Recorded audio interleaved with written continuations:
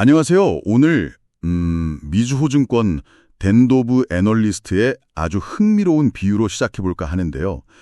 스테이블 코인을 암호화폐의 섹스 어필을 가진 머니마켓 계좌라고 했어요. 이거 상당히 도발적이죠. 네, 그렇죠. 특히 요즘 그 스테이블 코인 발행사 서클이라고 하죠. IPO 추진 소식도 있고 해서 더 귀에 쏙 들어오는 표현인 것 같아요. 맞아요. 그래서 오늘은 바로 당신을 위해서 이 댄도브의 분석을 좀 더 깊게 파볼까 합니다. 스테이블 코인이 대체 뭔지, 서클 같은 회사는 어떻게 돈을 버는지, 또 코인베이스하고는 어떤 관계인지, 그리고 이게 금융 시스템 전체에는 또 어떤 영향을 줄 수 있을지.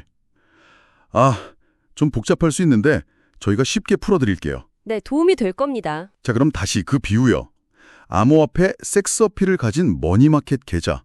이게 정확히 무슨 뜻일까요? 좀 더 풀어서 설명해 주실 수 있나요? 네, 그러니까 기본적으로 스테이블 코인은 잘 아시겠지만 미국 달러 같은 법정 화폐랑 1대1로 가치를 딱 고정시키려고 하는 거잖아요. 그 가치를 안정적으로 유지하려고 뒤에서는 미국 국채 가치, 굉장히 안전하다고 여겨지는 자산을 담보로 가지고 있는 거고요. 그러니까 이자는 뭐 거의 없거나 낮지만 원금 손실 위험은 거의 없는 그런 미국의 머니마켓 계좌랑 비슷하다. 안정성 면에서는요. 안정성. 네네. 그리고 암호화폐의 섹스 어필이라는 건 아마도 이게 블록체인 기술 기반이라는 점, 거기서 오는 어떤 새로운 가능성, 뭐 그런 걸 의미하는 게 아닐까 싶어요. 그렇군요. 단순히 기술이라는 점 말고도 기존 금융보다 좀 더 열려있고 프로그래밍도 가능하고 어쩌면 진입장벽도 더 낮을 수 있다는 그런 기대감, 그런 걸 섹스 어필이라고 했을 수도 있겠네요. 네, 그런 뉘앙스겠죠. 근데 이게 마냥 안정적이지만은 않다고도 했어요. 위기 상황에서는 전혀 지루하지 않을 수 있다. 이런 말도 했거든요. 이건 무슨 의미죠? 맞아요. 그게 중요한 포인트인데 평소엔 정말 지루할 정도로 안정적이지만 예를 들어 팬데믹 때처럼 시장이 막 흔들릴 때는요. 일부 스테이블 코인이 그 1달러 가치를 유지 못하고 그러니까 패깅이 깨져서 더 싸게 거래되기도 했었거든요. 기억나실 거예요. 네, 그랬었죠. 결국은 이 스테이블 코인이라는 게 담보 자산을 얼마나 잘 관리하고 또 필요할 때 바로바로 현금화할 수 있는 유동성을 얼마나 확보하느냐, 이게 정말 중요하다는 걸 보여주는 거죠. 겉보기엔 단순해도 운영이 핵심이에요. 그렇군요. 그럼 그 운영 주체인 서클 같은 회사는요. 돈은 어떻게 버는 걸까요?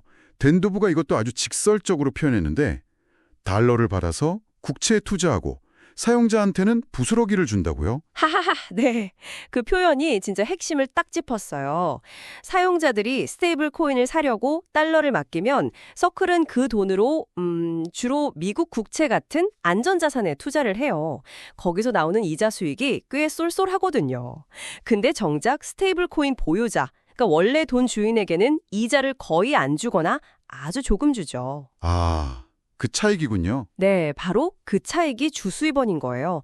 모델 자체는 단순해 보이지만 이게 운영하는 자산 규모가 커지면 수익이 어마어마해질 수 있는 거죠. 와, 그게 바로 서클이 IPO까지 하려는 배경이겠네요. 그렇죠. 그 수익 모델에 대한 기대감이 상당히 큰 겁니다. 코인베이스하고 서클 관계는 탯줄로 연결되어 있다고 했어요.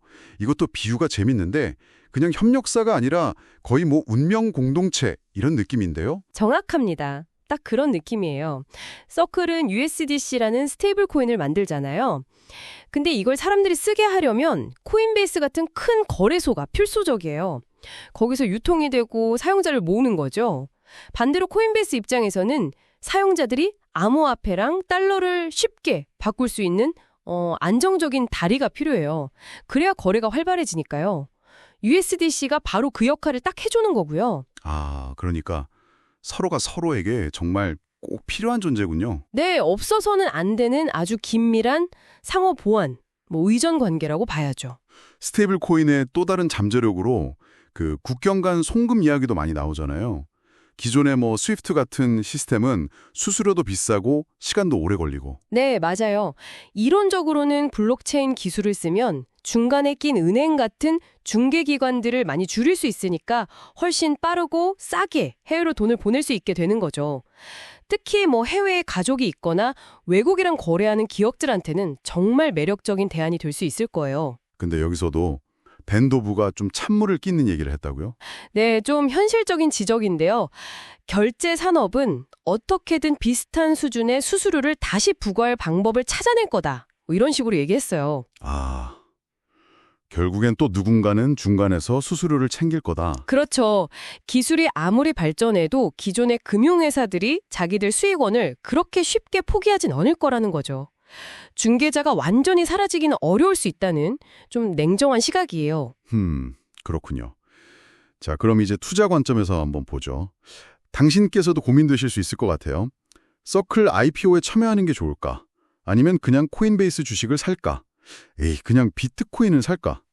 댄도브는 어떤 조언을 했을까요? 재밌는 부분인데요. 댄도브는 여러 선택지 중에서 뜻밖에도 로빈후드를 가장 분산된 투자처로 꼽았어요. 로빈후드요? 왜죠? 로빈후드는 아시다시피 암호화폐만 하는 게 아니라 주식이나 옵션 같은 다른 자산들도 다 거래할 수 있잖아요. 그러니까 특정 암호화폐나 관련 기업 하나에 몰빵하기보다는 로빈후드를 통해서 암호화폐 시장 전반의 성장 가능성에 투자하면서도 동시에 다른 자산으로 위험을 분산시킬 수 있다. 뭐 이런 논리인 거죠. 아하, 분산 투자? 네. 물론 과거에는 코인베이스를 되게 좋게 보기도 했었어요. 근데 지금 시점에서는 이 암호화폐 시장 변동성이 워낙 크니까 위험 관리, 즉 분산 투자가 더 중요하다고 보는 것 같아요. 결국 어느 하나에 집중하기보다는 여러 가능성에 걸쳐서 위험을 나누는 전략이 지금으로선 더 합리적일 수 있다. 이런 거네요. 네, 그런 해석이 가능하죠. 네, 오늘 댄도브 분석을 통해서 스테이블 코인의 여러 면모를 살펴봤습니다. 정리해보면 스테이블 코인은 안정성을 앞세운 암호화폐고 서클 같은 회사는 그 안정성을 담보로 영리하게 돈을 벌고 있고 코인베이스와는 뗄 수 없는 관계라는 거. 그리고 국경 간 송금에서는 혁신 가능성과 현실적인 한계가 공존하고 투자할 때는 분산이 중요하다는 점. 이 정도 기억하시면 되겠네요. 맞습니다. 스테이블 코인을 둘러싼 기술이나 시장 또 규제 환경이 계속 빠르게 변하고 있잖아요. 그래서 잠재력도 크지만 동시에 풀어야 할 과제도 많다는 점을 계속 주시해야 합니다. 좋습니다. 그럼 마지막으로 당신께 질문 하나 던지면서 마무리할게요.